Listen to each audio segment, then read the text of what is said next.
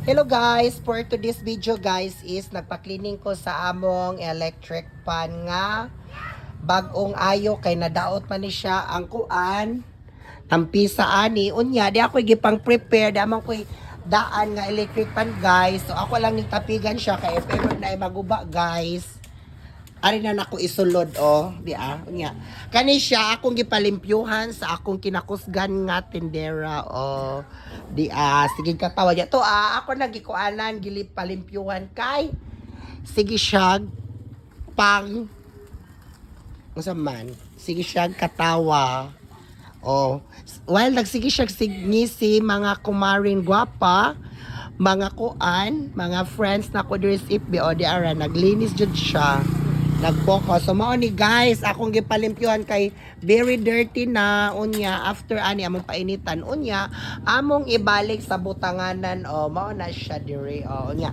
Ang kaning mga salin nga nga daot unya kani siya is wala naman ni siya gamit kani siya ako na ni siyang isulod sa plastic kay basin di ay puhon malo ay Ginoo na aming mga damage nga mga electric pan mapuslan pa so kinahanglan jud guys is budget jud ta kay mahirap ang buhay ngayon lalo na wala tayong hanap buhay. Charis! So mao na siya guys. Di ara. Ay si katawa din na friend pagdali din na kay naa kinahanglan ni mo siyang limpyuhan ang ato kay gitagip tipo niya atong palibot dito ay mag general cleaning ta kay mga hugawan baya ta diring dapitan no. So ato na siyang atimanon dai kay kamo bayay mabilin dire. Mao ni siya. So maura to guys and that's my video for today. Thank you for watching. Have a nice day. God bless. Love you all. Bye-bye.